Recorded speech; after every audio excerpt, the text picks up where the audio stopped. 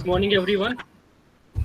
It is our immense pleasure to have with us Dr. B.K. Mahapatra, Science Principal Scientist, Regional Center ICR, Indian Institute of Fisheries Education, Kolkata.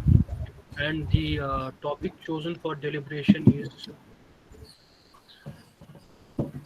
freshwater ornamental fish breeding and culture. Sir, you are audible as well as visible, and also your presentation is also visible.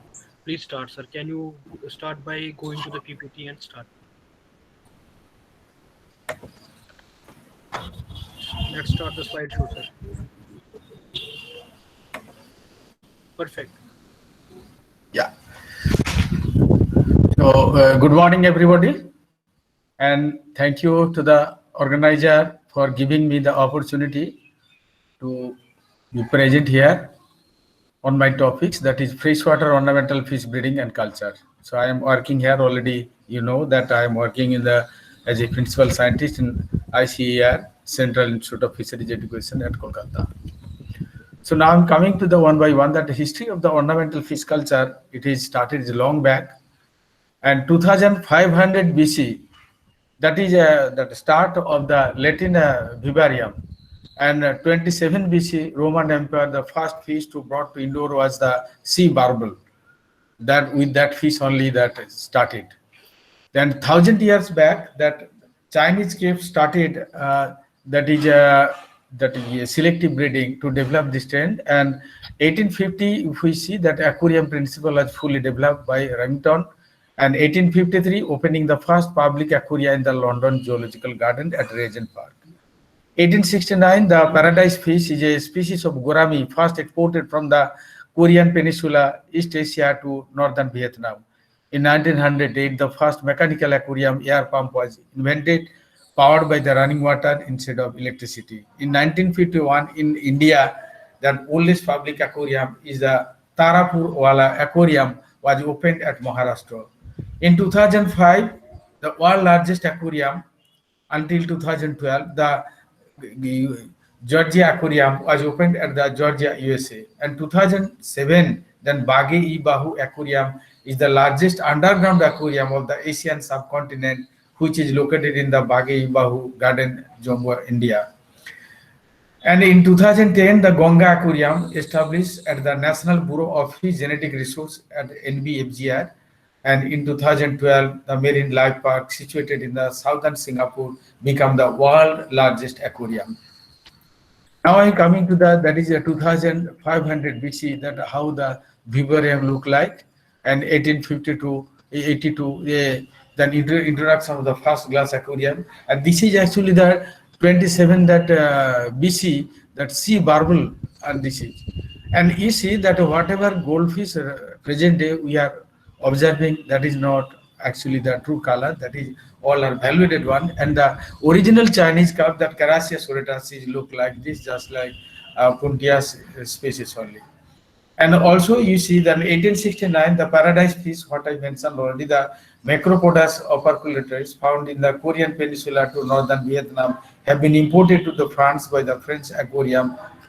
This is. And now I'm coming that 1853, this is the world first public aquarium in the London Zoological Garden in the Regent Park of the London. And this is our India first public aquarium in 1951 in the Tarapurala Aquarium. And 2012, the Marine Life Park situated in the Sentosa Island, already mentioned. This is actually the Baghe-e-Bahu Aquarium in 2007. Now I'm coming to the actual subject, that what is ornamental fish. So we know that is the varied form and fascinating beauty of the some fish have attracted the people from time immemorial and named as the ornamental fish. And this includes both the classified and non-classified ornamental fish. Classified means that some fish that can be reared in aquarium throughout their lifespan, that is called classified ornamental fish. And non-classified ornamental fish, the food fish that are used in the aquarium during their juvenile stage, and particularly up to 8 centimeters size, that is the big size, big fish. Even the food fish, they are also treated as an ornamental one, that is actually included under that non-classified ornamental fish. Now I'm coming to the diversified ornamental character by which people they like. This is beautiful color. This is one of the actually ornamental character, and stripes and banding pattern, chameleonic habit, jumping behavior, charming predatory habit, and calm behavior, transparent body, small size, hardiness, suckers, killed abdomen. So different fish species are there, and with their different ornamental characters, the fish species are actually treated as a ornamental one. Now I'm coming to the ornamental criteria according to that beautiful color, which fish it is belongs. You know that Chana Barca and also our this Trichogastra lelius. All these I'm now discussing with the indigenous ornamental fish, those who are having the beautiful color. So Chana Barca, you know, this is now the most expensive fish of the India. Even one fish it is costing more than 2 lakhs in the overseas market. One fish. So Chana Barca.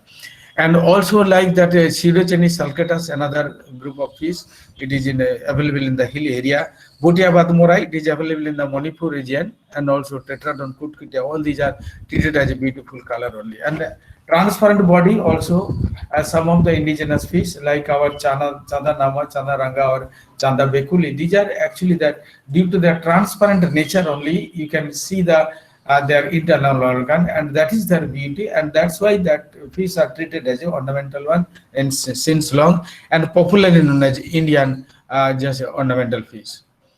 This is another actually this is big fish, our that Notoptera chitala or chitala. This is actually the non-classified ornamental fish.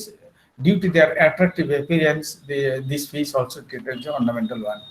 So another that is stripes and banding pattern, that is their Botia rostrata or Botia derio or derio rario, and this is actually due to their stripes and banding pattern.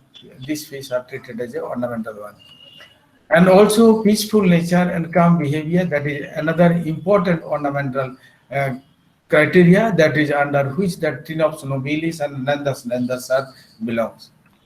And also the jumping behavior, that is another beauty and that ornamental criteria. That Esumas dendrica, Senchella, Lebuca, or the Salmostoma bacaila, these are the different fish species are there, and due to their beautiful jumping behavior, only hobbyist people they like this fish. And also chameleonic habit, this is another criteria that is they can change their color, and in which that Puntia salinius, badis, or derio, it is there, it can change their color, and these fish are also small, and this due to their chameleonic habit only they are treated as ornamental one. Charming predatory habit, that is some fish they are beautifully they are showing their predation. So that predation technique, that is charming predatory habit, it is also preferred by some of the hobbyists, especially in the Arabian country. And hardiness and longevity, that is another criteria, because also hobbyist people, some of the hobbyists they like the fish which cannot or easily it cannot die. So that is hardiness and longevity, that is another criteria people they are liking. So another group that ornamental criteria, sucker mouth, and due to their they are having the sucking disc, and easily this is the specialized adaptation in the hill stream fish to attach with the stone or in the running stream. So in the torrential river only these fish are available, and this is Pseudochenis sulcatus and Gottyla. These are the true example of the sucker mouth fish. And small size, that is also another criteria. I already mentioned that Erythrictis hara, Erythrictis pusillus, or the Pethia gelias, or the derio rario, or badis, these are the small size only, even that 1 inch to maximum 2 inch size. So this fish also treated as ornamental one, and this is classified ornamental fish because they can rear throughout their lifespan. Now I'm coming to what are the ornamental fish and genetic resource available in the India. You see that indigenous freshwater ornamental fish, it is 374 indigenous marine ornamental fish, more than 700, and freshwater exotic fish that has already entered in our country, it is 27, and freshwater exotic fish it is there, it is egg layer 261, and exotic ornamental fish, marine ornamental fish also entered in our country under 300 number. These are actually the distribution of the indigenous ornamental fish, both the freshwater, and in West Bengal you see that 190, and marine water 125 likewise. And likewise in the northeast India, it is the hotspot biodiversity of the indigenous freshwater ornamental fish. Around 250 ornamental fish are there.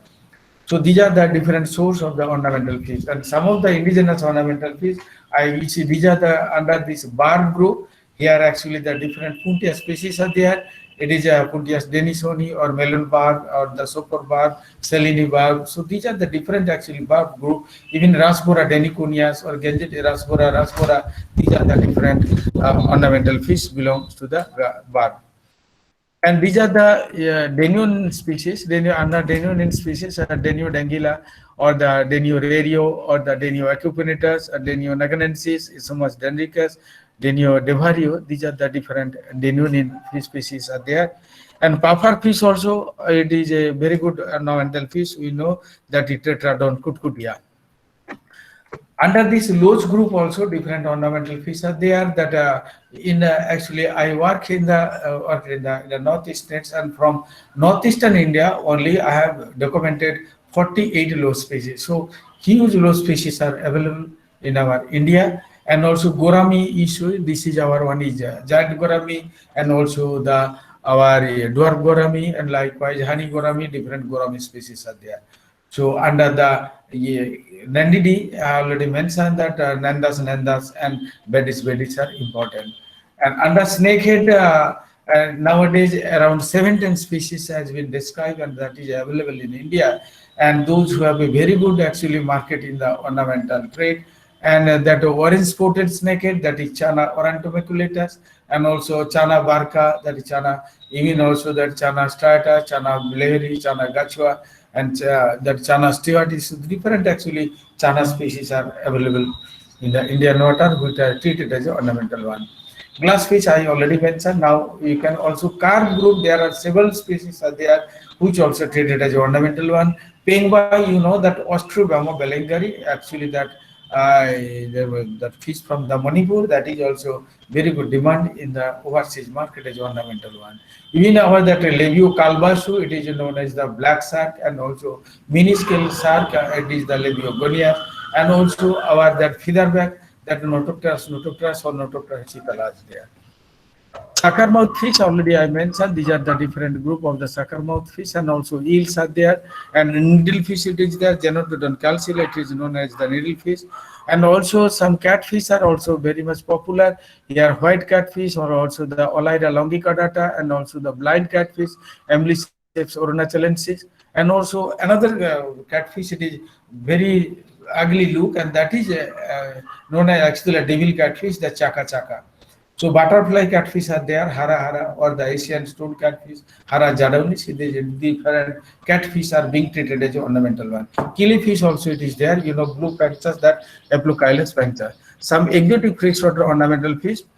This is the platy, the Gypophorus maculatus, the Poecilia reticulata, and also the Poecilia latipina, and albino turtle, the Gypophorus halleri, and also the platy maculatus.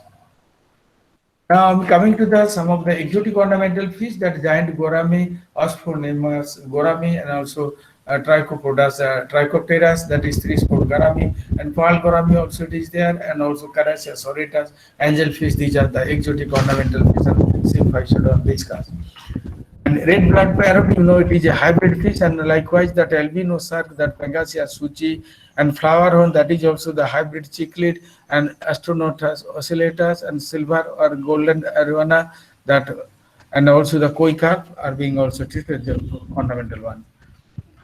Now I'm coming to the for breeding. Actually, we know to identify the fish species. The fish are either sexually dimorphic and or the isomorphic fish, because most of the cases it is isomorphic, so it is very difficult to identify the fish.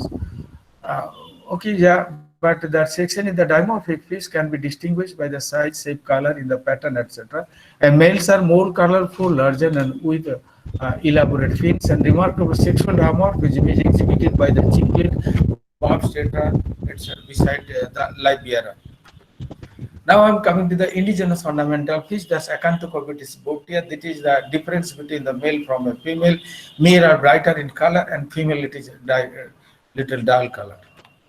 And also that Chandanama, you see that Chandanama, that male it is devoid of the ovipositor like projection, and during breeding season, female actually this ovipositor only they actually attach the sticky egg over a substratum. Male and female of the Aculisa fasciatus, you see that male are brighter in color and female little dull color. And also, you see, this is the dwarf Goramia, the Aculisa lelia, male also colorful and female also it is the dull color. Puntia sophor, we know that Puntia sophor, and that commonly known as sophor bar, actually more brighter color in the opercular region in case of male, and in female it is less color. So observing this only, we can easily differentiate from the male from a female. Now I'm coming to the another Puntia salinius. This is actually male, it is smaller in size and brighter in color, and female it is larger in size and and also the dull color. Rasbora deniconius, which is popularly known as actually the pencil fish, the male it is slightly smaller in and a narrow body compared to the female. And here in the Puntias genius, that males are smaller in size and more colorful than the female. Easily you can identify the male from the female. And also male display here in actually the Dario, what is the Dario or the red baddies. That male it is display 7 prominent vertical bars interchange with the 8 silvery blue lines on sides which continue to the female. So this is the black baddies, this is baddies, and here also male it is brighter in color and female dull color. Another group it is the Botia dario, and females are larger than the male, and sexual mature female are normally fuller bodied than the male. So these are actually a difference between the Ranilos or Botia dario. And in case of catfish, if you see that in the that albino cat or that catfish, especially the pointed in male, that is the genital papillae, and bottom shaped in case of female. The genital papillae from the size and appearance only, you can easily differentiate from the male from a female. In the new Lysochylas hexagonal, this is also treated as a ornamental one up to 8 centimeter size. This that larger food fish also treated as a ornamental one. And we know that even the chocolate mohasir or Lysochylas hexagonal fish, it can also attain 30 to 40 kilo even. But in the juvenile stage, these fish are treated as ornamental one. And easily a fully matured stage, female looks at with behavior with distended abdomen, and male on the other hand looks slender and more streamlined. And if you exert the pressure on the belly, that milk will ooze out. Now I'm coming to our freshwater live bearer, that short tail and molly is just in the short tail. In the male, it is they are having the gonopodium, and also they are actually tail, it is the lower fin, it is like a sword. And female, it is the anal fin in normal, and it is not like that. The gonopodium, it is just like pseudopenis, so that it can easily transfer the male gamete to the female body. In case of the molly, the also prominent the gonopodium is present, and you see the shape of the female, that anal fin, it is a simple only. So in case of tiger barb, also the red nose, it is one of the prominent character by which easily you can separate from the male from the female. And actually dorsal fin, actually the red line, it is present. In case of female, it is black line, and also that red nose, it is not there. So this is actually the difference.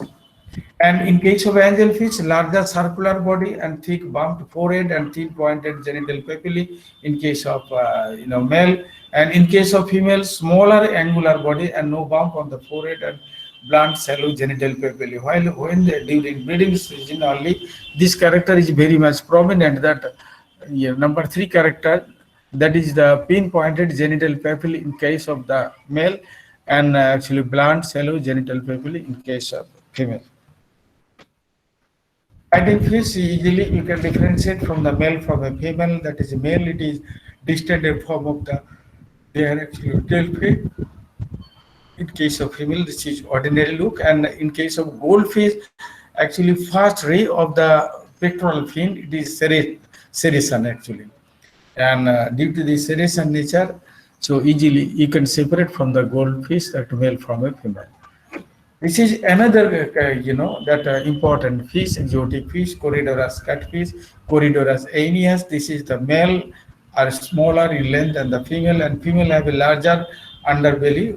When viewed from the top, will look a lot wider than the male. Now I'm coming to the domestication process. When we need to collect the indigenous ornamental species from the nature, they because they are from the diverse ecological niche, so emphasis need to give in to their habitat requirement, food type, water quality, and proper domestication. And also captive maturity, the dietary intervention, it also play a important role, and which actually trigger for enhancing the maturity. This is actually after collection of the indigenous ornamental fish, we need to keep in the aquarium provided with different actually substratum. And here also some habitat simulation also it has given to the fish particularly. You see here actually it's a natural aquarium also created, and here actually that you need to put some that hiding that pipe so that easily they can actually hide out there. And also in the below one system, or that this is a actually fiberglass tank. Here actually in one side that mud and also iconia are being arranged so that easily they can also hide and also feel comfort. So for Coleoxylalia, in generally some type of aquatic weed also provided. So likewise, different actually that habitat manipulation it is required to actually domesticate our indigenous fish species.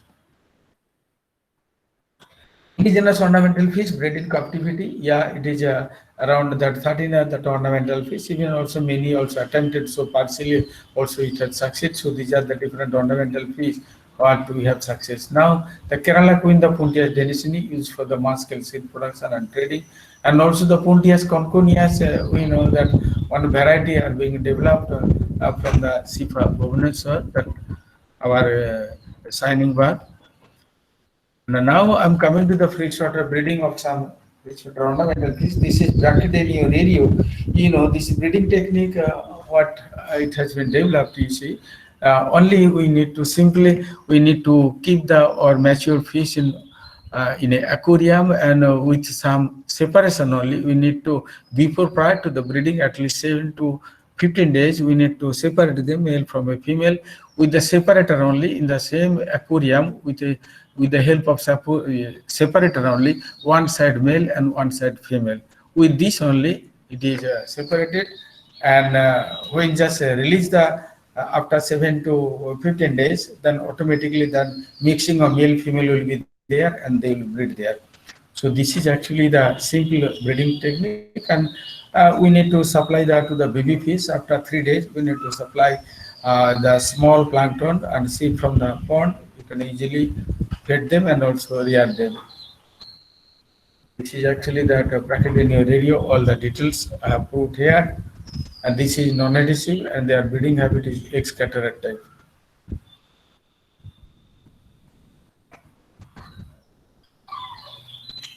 This is breeding and seed production of the Puntia sophor. It also, all these actually I have done the breeding of the indigenous ornamental fish. This is actually the Puntia sophor. You see that easily you can separate the male and female. I already mentioned through the opercular spot only, and they are egg a little sticky in nature. So breeding generally some breeding work will have to provide, and this is simply the nylon actually rope, and by making a knot in the top, and same thing just like spread like here, so that when they will breed automatically that adhesive egg, that little adhesive egg, it will attach with the substratum. So these are actually that issues also here. All these fish, what already I have mentioned, they do not require any hormone injection. So sometimes actually, if Puntia sophor, if you need, you can also put some actually hormone injection. That female generally it is 0.4 ml per kilo body weight, and male it is 0.2 ml per kilo body weight. In this way, with and without the hormone injection, the Puntia sophor also successfully bred. And initially we'll have to supply them the plankton, and also later on it will eat also the TUFX. And also the base starter feed, it is the infusorians. You know that infusorians and the paramecium particularly, it is after absorption of yolk sac for about 7 days, they are after giving the sip zooplankton and chalk to effects. So generally that plant start, we can start with the actually our the infusorians and the small zooplankton, the larger zooplankton, and also to infexua. This is another group I also made success, that is Rasbora deniconius. Upper one is the male and below it is the female. Here you see, we need to separate the male and female fish, and only after at least for 1 week to 2 weeks. Then if we mix together the male and female, automatically they will breed. Here also without injection, also success, and also sometimes it may require some dose of hormone injection, and that is zero point 0.4 to 0.2 female and male respectively. And these are actually the development stage. So how actually I studied that thing just in the pictorial form I have given. This is actually the egg depositor laying egg in the flat leaf or the substratum. This is the common heading, and they are the most important member of the egg layer group, and so highest degree of the parental care. They very common species. They are very common species is the Rasbora deniconius. And small size all glass aquarium. Generally, the aquarium size it is 30 to 15 into 20 centimeter are suitable for the breeding. And before spawning, they select the site to the egg. The chosen site may be filter tube and glass wall or the plant leaf. They will forcibly evict any other fish from the surrounding area by chasing them away. And generally, one spawner and two milter are released into the breeding time. So this is actually the breeding pair, or that male-female ratio. The breeding tank is provided with the flat leaf plant or flat substratum for deposition of their egg, and generally one female lay about 100 to 250 eggs. So their fecundity is very less. So hatching and the larval rearing, the eggs laid on the underside of the flat leaves will hatch after 24 to 30 hours, and hatchling becomes the free swimming after 2 to 4 days. At this stage, when it is free swimming, tiny hatchlings should be fed with the infusorians and newly hatched the brine shrimp, the Tatimia. As they grow bigger, they should be fed with the zooplankton like Moina and Daphnia. This is another group that Gourami group, that male and female easily, and this is the bubble nest member, because they for laying egg they require the bubble nest, and that's why how I breed them actually in the cement system. I provided the weed. This is a weed you are looking here. That is our aquatic weed provided, Bellisneria spiralis, and this Bellisneria only. I have arranged some thermocol actually sheet, that a piece of thermocol that is helping to actually attachment of their actually bubble, and so they prepare the bubble nest, and the bubble nest only they will lay egg, and same thing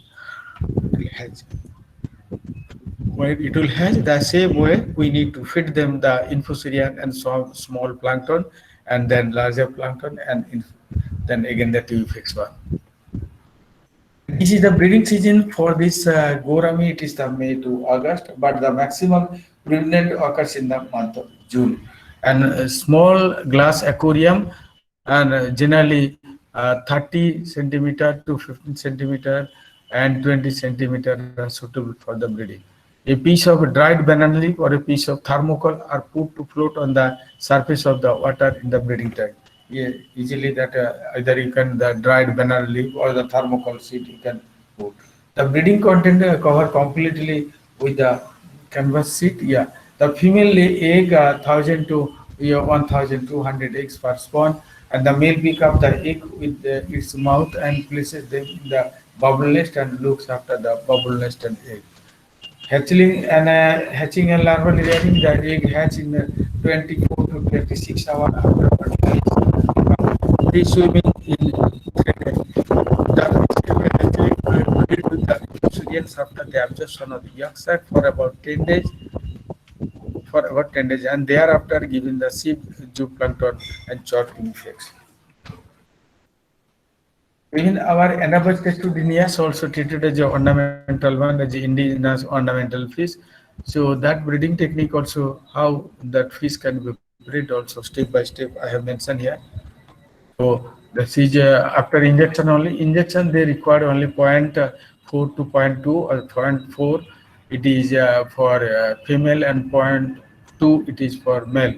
And their egg are actually floating egg. It will float, and so after injection only, if we release the male and female together only, they will lay egg, and egg will float on the water surface. So easily we can collect and also keep them for hatching, and within around 20 to 24 hours that hatchling will come out. And again after yolk sac absorption, we are generally fed with the egg yolk, that boiled egg yolk, and 50% plus 50% milk powder. So both are, that can be mixed together, and same thing they can be also fed.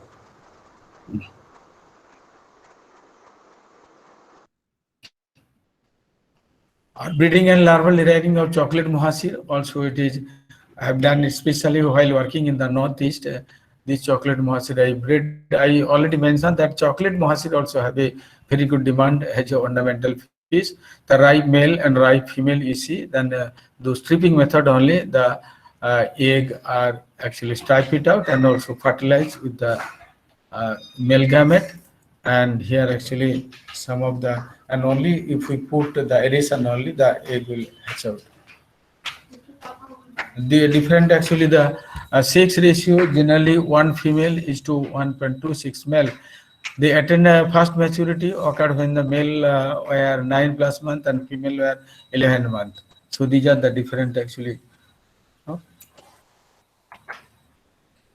Minimal length and weight at the first maturity, the female fish were 17.8 centimeter and 70 gram respectively, whereas male attained maturity at an average of 17.3 centimeter and weight of 50 gram.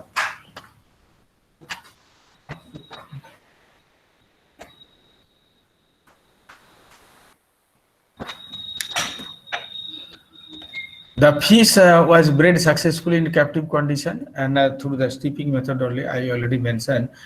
And the spawns are stocked in the glass aquarium, and in this way, even an 85% survival also recorded in the case of this breeding of this our chocolate mohasir.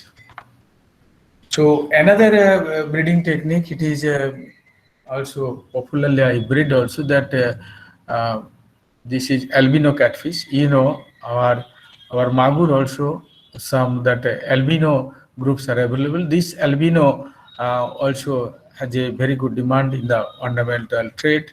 And here actually that male fish, it is male or female fish, we need to inject them, and also, and generally they do not occur the breeding. So we need to, and we need to actually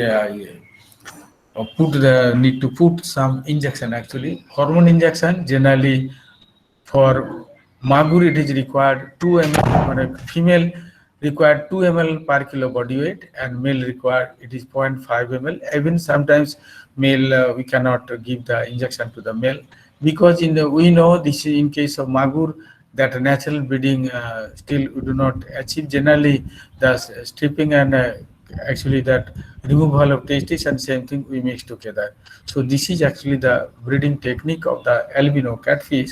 Here actually the injection, so after 17 hours actually the egg 15 to 17 hours easily you can also strip it out, and same thing also with that with the only we can mix together. And after fertilization, and also we need to incubate them, and same thing that hatchlings will come out after 20 to 30 hours, and we need to rear them. And the starter feed also yolk sac, the boiled yolk, when they are yolk sac will absorb the boiled egg mixed with the our milk powder together, we can feed them. to the albino magur.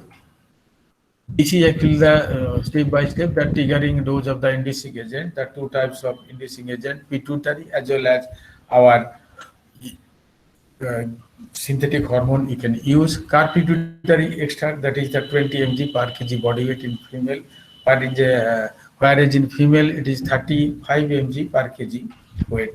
That means a male requires small, little lesser dose, 20 mg per kg body weight, and female requires 35 mg per kg body weight. The ideal dose with the Ovaprim or other synthetic hormone like Gonopro, Sponpro, Ovasis, Ovatite. So these are the different actually hormone. It is available in market. 0.5 to 0.75 ml per kilo body weight to the male and 2 ml per kilo for the female, that it is required. The fish are injected near the base of the pectoral fin, or we can also other two side, that intramuscular or subcutaneous injection also we can provide. Keeping and fertilization, the anesthetized female is when it is, then the egg we need to type it out, and after that it is we need to fertilize them, and after that we need to spread them over a net, and so that it will hatch, and after hatching only the small baby, again we need to keep them till the absorption of the yolk sac. When yolk sac absorbs, that time only we need to supply them with the starter feed with infusorians, or with the egg yolk, that boiled egg yolk mixed with the milk, we need to feed them. Generally, egg hatch, I will mention that 20 to 24 hours and maximum 30 hours it is required. The hatchling usually soaked in the rearing tank. It is 1,000 number per liter of water by maintaining the constant flow. And yolk sac absorption, usually it is completed within 4 days, and no food is applied till the hatchling reach the spawn stage. Yolk sac absorption, as mouth and other internal organ, it is fully developed. So I also work with the angelfish, and also maybe that 35 years back when as a student, and that time only I have successfully bred this angelfish, that Pterophyllum scalary. Now it is very much popular. You see here actually the entire breeding technique are being displayed. Here that right side corner, you see that female it is laying egg, and male are waiting to fertilize the egg. So here different stage by stage, one by one, I'm just showing. This is the female and male. Already how to identify the male and female, I previously I just mentioned there. This is the female, and they are laying egg, and same time actually male also fertilize them.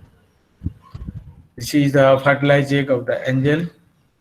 Here actually the mass breeding technique of the angel, the one that semen system, how I made that. This is actually the split, a bamboo split with the thermocol sheet.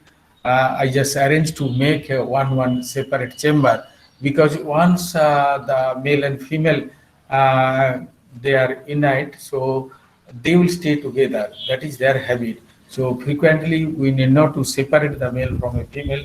If we separate them, they may die also.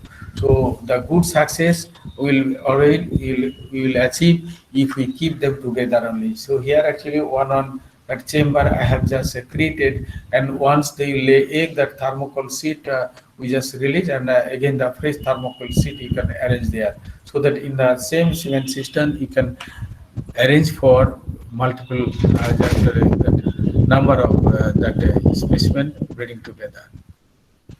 Here actually they required, as because we need to feed them, just generally the tube fixed worm, so that some biological filter it is also required. This is actually the mechanical filter and transform into the biological filter, very simple device, only that water bottle have used, and inside some synthetic organ, cotton wool I just arranged there, and in this way actually easily you can with a little reason only you can arrange that area the angel fish.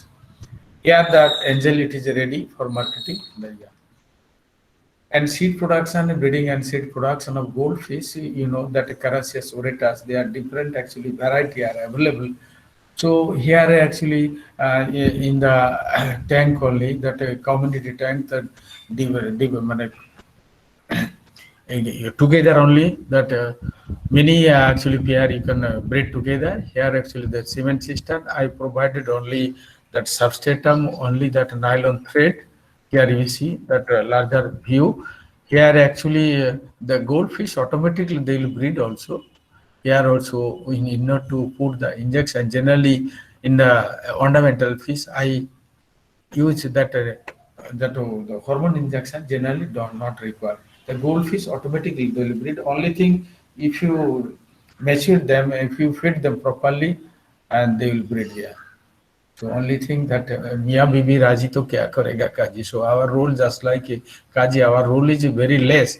Only thing in the suitable environment, if you provide them, they automatically they breed. So this is actually the breeding mob it is required. This is actually the triggering factor for their breeding. Here you see the next day automatically will get that sticky egg. It will attach with the or nylon thread. Here actually automatic, no need for aeration and other thing also. Automatically keep the egg, they will hatch out. But only thing you'll have to wait for at least even that 4 to 5 days. Even this goldfish particularly I breed in the Shillong. It is in the northeast, and there cold climatic prevails, and there they require even 4 to 5 days for hatching of the egg.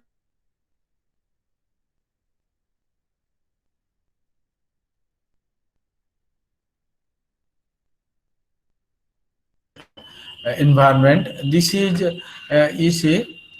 Here actually one pond and another in this pond directly you can release the baby fish and you can breed actually rear them. Here actually the pond, and here in the pond itself, here actually that hopper are being fixed, and in the hopper, inside the hopper you can raise the uh, ornamental fish and especially the goldfish. So likewise in the cement system also you can also raise. So three different environment also I tried. This is the only when that goldfish are being raised in the hapa on the cement system. Here actually the along with the carp spawn that goldfish are being raised. Breeding and larval rearing of the koi carp. This is also another actually fish. Easily we can breed them. Here actually they lay the attach egg, and that's why the sticky egg. So same way just like goldfish only need to breed them. And if we raise the koi carp in the pond, there also I made one technique. Only you need to clean the pond so that there is no chance for attachment of the egg. So there only if you hang some actually some breeding mob in the form of that nylon thread, then automatically they'll breed. In the next day morning, you just remove the nylon thread, attach with the egg, and same thing you can hatch in the cement system. So different techniques are there to easily to breed the koi carp.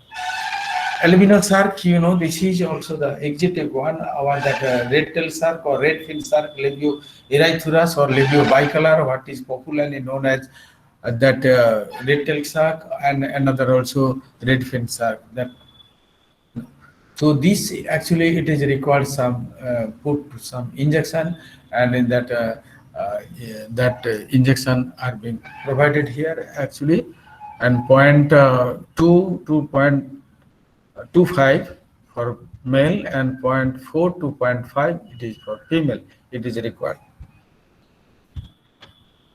And also I work with the blood ferret. This is, you know, blood. It is a blood ferret. It is a hybrid actually, hybrid cichlid. But also I have attempted and also successfully bred this cichlid also. This is, you see that red blood ferret.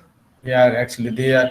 This is a actually our flower pot, and same thing inverted and also broken, and beneath only they are laying egg, and that also hatch out, and only after actually that when baby fish are grown, their color it is segregated in the different color, So that is also one success.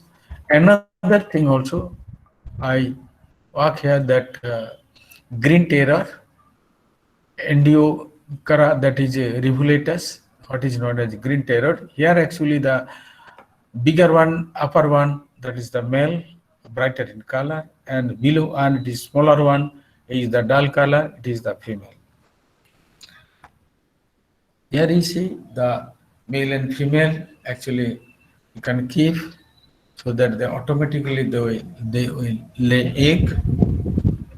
Here you see they already laid egg, and after laying egg and female they are doing are actually that showing the strong parental care.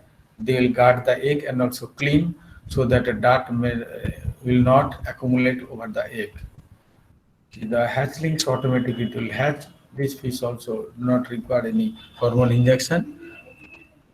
So another group of fish, that is the discus also, or attempted also and breed also. And here you see the one pair, that male and female, it is there. Cone is provided. In the cone itself, they already laid some egg also. Only thing is sometimes you may, because some brooders they may actually if they go closer, and sometimes the egg may also fallen down. They may damage the egg with their fin. So that's why sometimes after laying egg, you can also arrange some cage-like things so that directly the adult fish they cannot come closer to the egg, so that the egg will not disturb. Here you see that already the advanced stage and of that incubation, that is almost near to hatching, and some already hatch out also, that also attached with that actually substratum what it has provided. We are actually discussed as we know that even that mother and father some secretion it is coming, and that is eaten by actually that baby fish. So same, and they are actually moving. Here again that say that developing stage only, that already that fry stage it is attempted, and some are the fry stage already over, and already this stage it is ready for marketing. Now I'm coming to the another fish, that is corycat, Coryodorus aeneas. Very interesting fish. This fish also I successfully bred also. Here you see this is the semen system where you can raise the juvenile to make it adult, and here actually that adult fish, when it is attempted about 2 years, 1 plus 1.5 plus, so that stage also it can mature and it can also breed. So for triggering their breeding, we need to provide some, here actually some polythene filled up with water I provided. This is actually the triggering factor. Here they will lay egg, and sometimes if do not they breed, and this is the winter breeding fish only, winter only.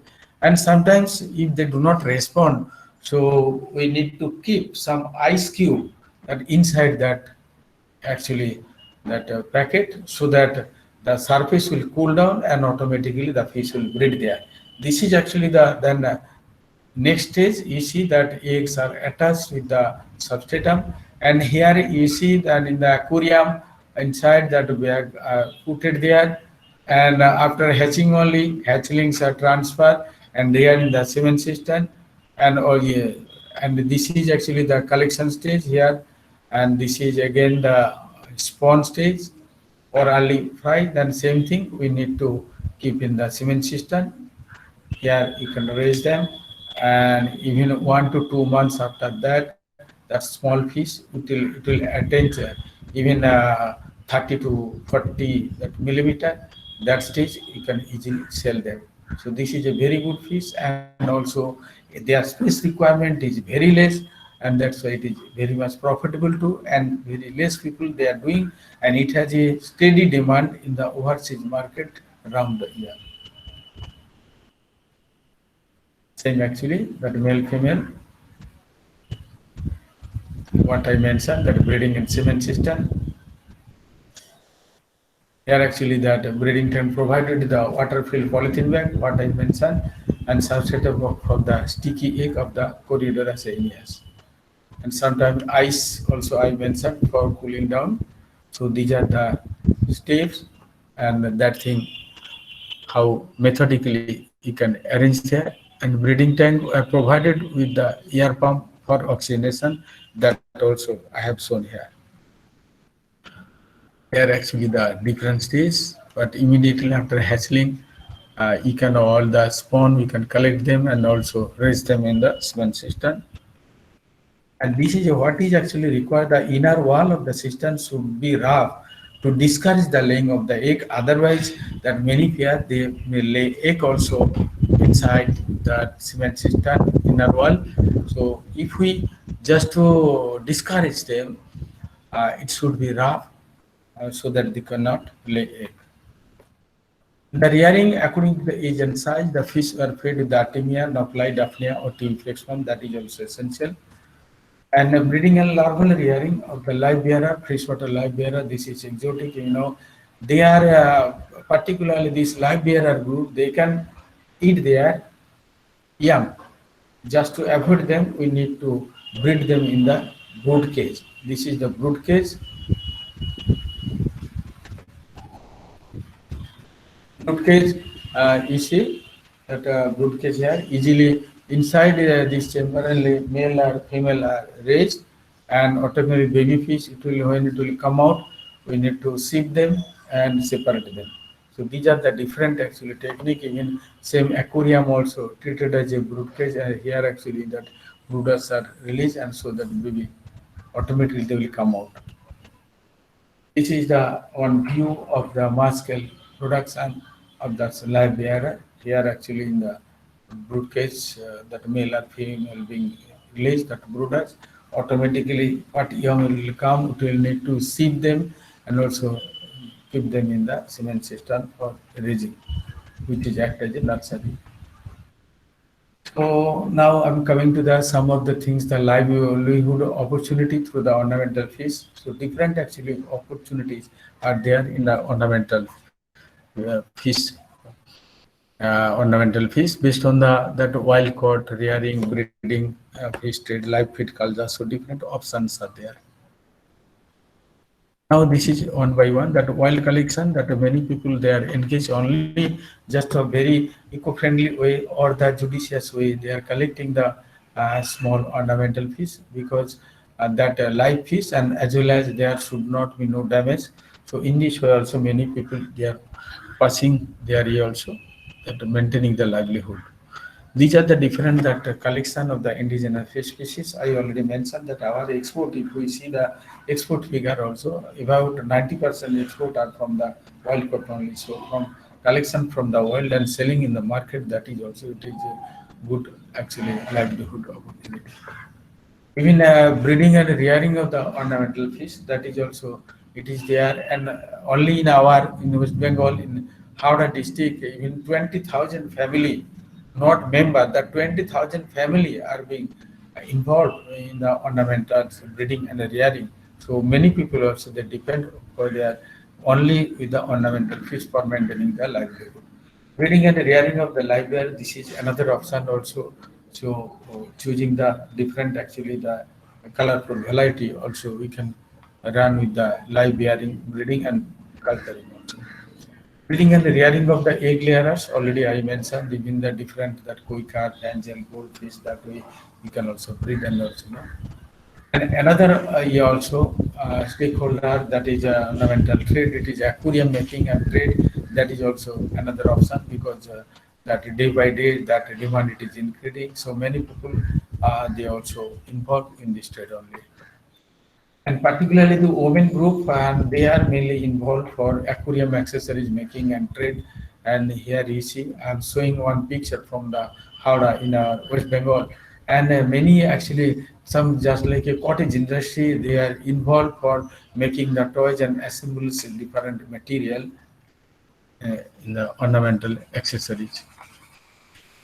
Aquarium plant propagation and trade also, that is another one that we know different actually indigenous as well as exotic plants are being utilized for the in the aquarium rearing.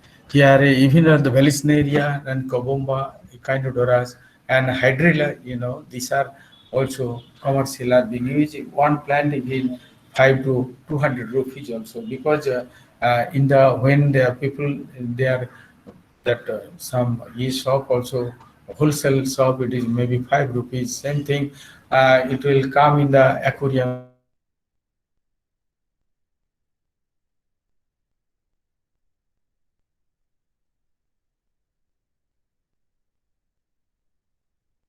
and in one plant it is costing maybe 100 to 200 rupees. So these are actually different options are there. Live fish, seafood, and culture and trade, that is another one. And also that our mosquito, even the tufex, also plankton culture, we can do that thing also, it is there. So these are the different live food and culture, and it is there. And natural food collection and trading and live food also, that is also there. So different and live food are being collected, and also they are regularly are being marketed. And Daphnia, Cyclops, Moina, Caratola, Brachionas, and we know that Artemia also. And artificial fish food preparation and trade, that is another option. So with that's many people they are also involved for preparation of this food also. Even trading also another part, that ornamental fish are traded. So many traders are they are involved for marketing the fish in the shop, wholesale shop, and it is in the Gulf Street and market. And also Dasnagar Gulf Street market, here I want to mention, it is actually, even I think in the Southeast Asia, the oldest market, more than 300 years that this hobby market it is going on in the Calcutta, earlier in the Hatibagan, and presently in the Gulf Street area. And this is weekly market, and in actually weekly, when the trade in the one day, even 45 to 50 lakhs are being traded there. This is another market. It is the daily market in Dasnagar market in Howrah, and also ornamental trade. It is also going on here. Also, big volume of that ornamental fish are being traded regularly. Even 40 to 45 lakhs are turnover there in the Dasnagar market. But if we see the overseas market, the ornamental trade, this is um, the ornamental fish trade. It's a turnover, it is 6 billion, and an annual growth rate, it is 8%. Offers a lot of scope for development. The entire industry, including accessories and fish feed, is estimated worth rupees that 14 billion. And India's share in the ornamental fish, it is very actually poor. That is the sad part of our ornamental in India, 1% of the global trade. The major part of the export trade is based on the oil collection from the NH region, I already mentioned there. These are the different marketing channel, collector to unregistered trader, wholesaler and exporter. And constant in marketing on ornamental fish, it is poor infrastructure, market imperfection, and also imperfect market situation, and also that exporter based in mainly in the Kolkata, Howrah, Mumbai or Chennai, and sometimes that the collector do not sell their research advancement. If we see the we are lagging behind, and Chinese started the goldfish at 100 AD to begin the new strain of goldfish. So different actually that variety of goldfish are there. But selecting program in India, this technology not yet popularized. And here this is the valuated goldfish. You see that Carassius auratus, and that different actually whatever we are observing, all are actually valuated one. That is the variety of the goldfish. Even also the koi carp also different variety are there. Even you will be astonished to know that our strain is what we are using. That is very inferior quality. Some good quality are there. Even one fish is 30 to $35,000. It is in Israel. Once I visited there, and also I have seen that this much actually valuable it is Koika. And also that Rudi barb, in our Rudi barb also it has evaluated. These are the different actually evaluated strain of the Rudi barb. And the evaluated glassfish also, you see, these are actually our indigenous one, and same thing are evaluated and are being sold. Even our Brachydium radio, what is popular in the geographies, different aquarium strain also are being used. So these are the different issues for sustainability and livelihood security, that breeding ground we need to protect, and sanctuary. Institutional support also it is required. Regulate the entire process of collection and marketing. That is also it is essential. And also required fish should be removed from the water bodies, without disturbing the other fish species also. So different actually that issue also it is there. And now if we see the very hurriedly, why that is our ornamental that status, if we see the global list, we are out of actually the most expensive tropical fish. Indian position is two position we are holding, one is fourth and another is seventh. And also these are actually the fish what it is available in the Indian region. And most beautiful marine ornamental fish in the world. There also we are having four on first position, third position, seventh position, and eighth position. These are the fish species. And also world most beautiful freshwater ornamental fish. There also we are having one. Goran.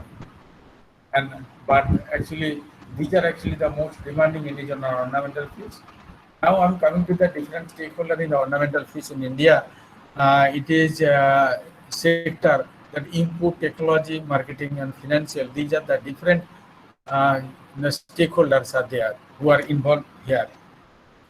And also that ornamental SWOT analysis, that what is our strength, that biodiversity hotspot, increasing number of breeders or producer, varieties of species with different agroclimatic region and seller market, and weakness, availability of the resource, and also various research institution and organization, and keen interest of the funding agency and depend on the natural collection. So different issues are there, but opportunity and threat also. What opportunity also is there, and threat only that unorganized sector and destructive explosive sometimes in collection of the fish we are using, and unexpected natural calamity that is also there.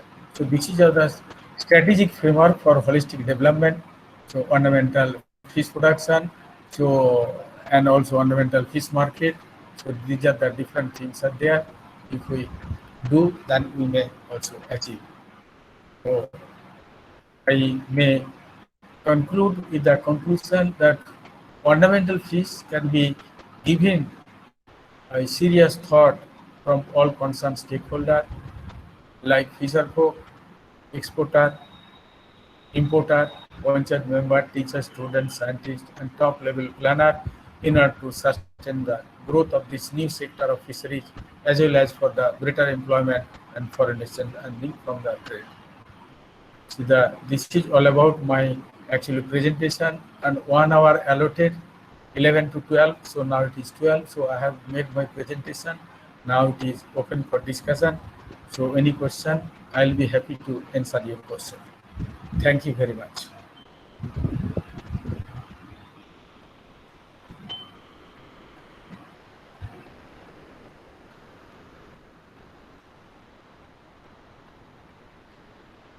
Hello. Hello. Hello, sir. Thank you, sir. Thank you. Thank you. Sir, thank you for your nice presentation, sir. Yeah, Thank thank you you, very sir. much. Sir, one question I have. Any questions, since we have time, please ask them now. Sir, one question what I have is, you said about value addition of the ornamental fishes. Yeah. How exactly it is? Is it a crossbreeding or some genetic modified? Or how do they Yeah, do this? actually, some breeding programs sometimes cross breeding, and mainly it is the selective breeding. Yeah, definitely. Selective breeding. Select- Actually, yeah, we are lagging behind in that. Nowadays we have now initiated, but even Chinese they have started 1,000 years back, and that's why whatever, for example, the goldfish or koi carp, whatever you are observing, that is all the variety only. This is not the Yeah. original one. Even Yeah. our own fish, it is very much beautiful. We need to give the emphasis there. Sir. Is it selective breeding is within the own species? Cross breeding is you take another cross with a different variety, isn't it, sir? Yeah. Which is working better, like in No, energy? actually, both the way it is working for Okay. some fish. Sometimes it is the selective breeding, sometimes cross breeding also. It is giving Okay. the good result actually. Okay. But what is essential, and most of the indigenous fish, even that breeding technology, it is lacking. Sir. Even that breeding technique, it is required. Only few fish we have attempted and do the breeding. Unless and Sir. until we will propagate them, we will breed them, then that breeding program it will not be successful. So initially we need to, because our indigenous germplasm it is very high. Sir. Our Sir. freshwater ornamental fish it is 374. So you just Sir. imagine the germplasm. Only few we have attempted and success. So now that mass scale seed production of the most of the fish, if we do as per our requirement, so that we can even breeding program or cross breeding program we can do, and we can realize our the value of the actual industry what we or resource what we are having. Okay, sir. Sir, thank you, sir. Any other question?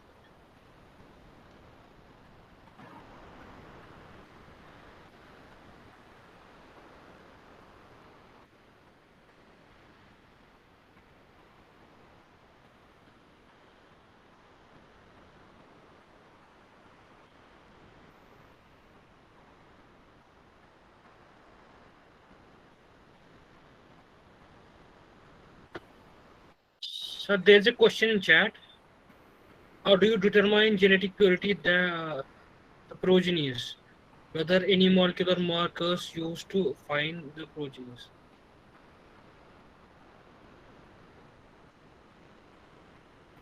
So there's a question in chat. Yes, sir.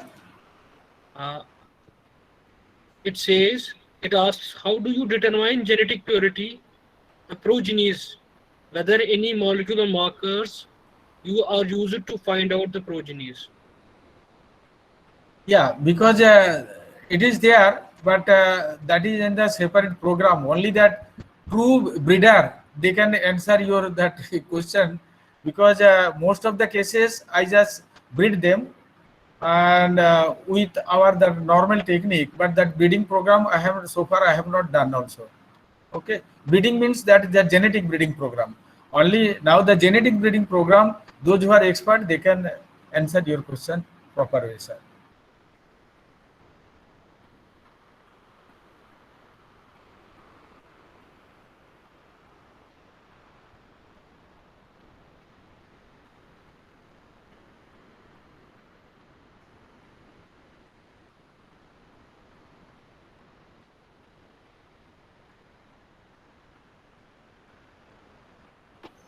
Hello? Yes, sir. There is one more question about Yes, sir.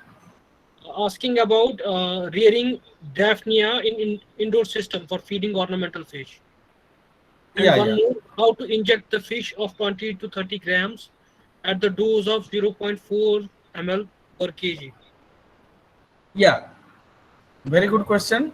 Yeah, we need to generally we that intramuscular injection we can provide them, but with a very small needle that is our that insulin syringe only we are providing, and we need to actually maybe that 5 to 10 times we need to dilute them, 5 to 10 times. If we dilute them, then only we can that dose you can calculate and same thing we can provide. Okay, so dilution is very much essential. Even 10 times it is required to dilute the hormone. Sir, one more question I have, sir. And regarding Daphnia also, that is also now you know it is only thing some organic material we need to provide them, and Daphnia easily we can.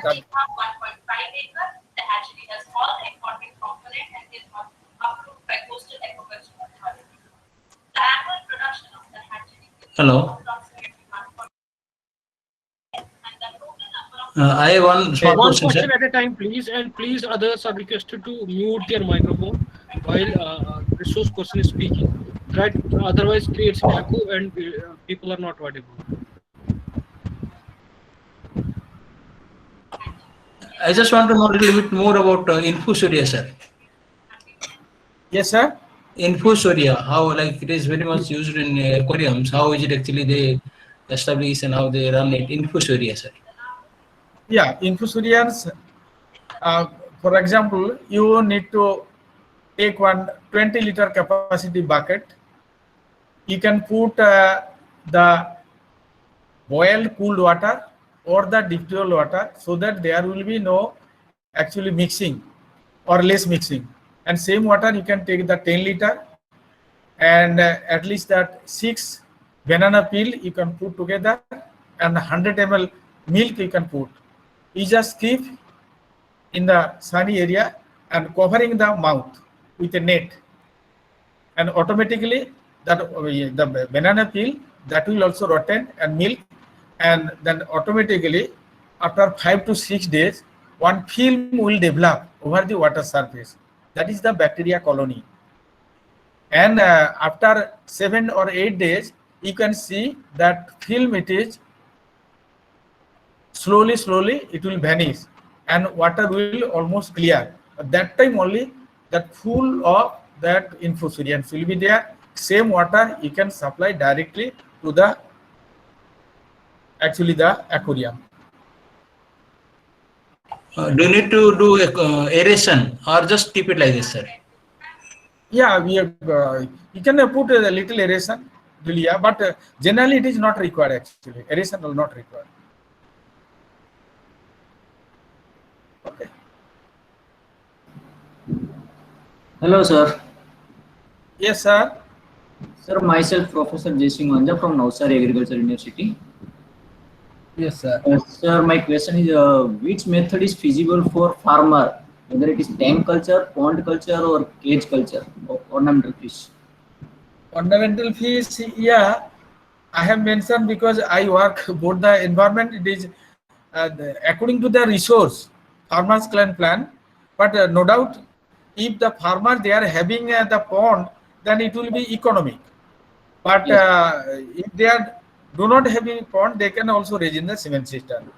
In the pond, I mentioned directly they can release the baby fish in the pond, along with the just like the nursery of the car for other things what we are arranging. So pond need to prepare, and there they can release the baby fish and it will grow. And another method in the same where culture it is going on also. Maybe that one culture, the carp culture or any type of the food fish culture is going on. They are also by hanging the hapa.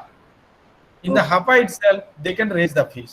That is also very much popular. Okay. This is method. And also cement cistern, we can also raise them. Okay. And sir, one more question is there. Sir. In which condition fish will get more colorful, sir? Pond culture?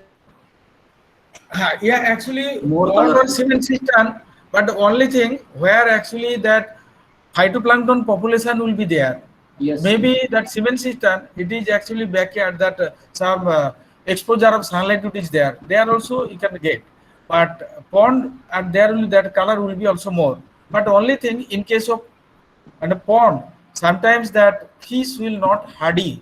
So that is also another character. That is the I think that short character actually, because that fish need to become hardy so that while transportation there will be no problem. So, but color, what you ask, sir, but the presence of that phytoplankton population, it may be in the cement cistern or in the pond also, that fish will be more colorful. Okay. Thank you, sir. Thank you very much. Thank you, sir.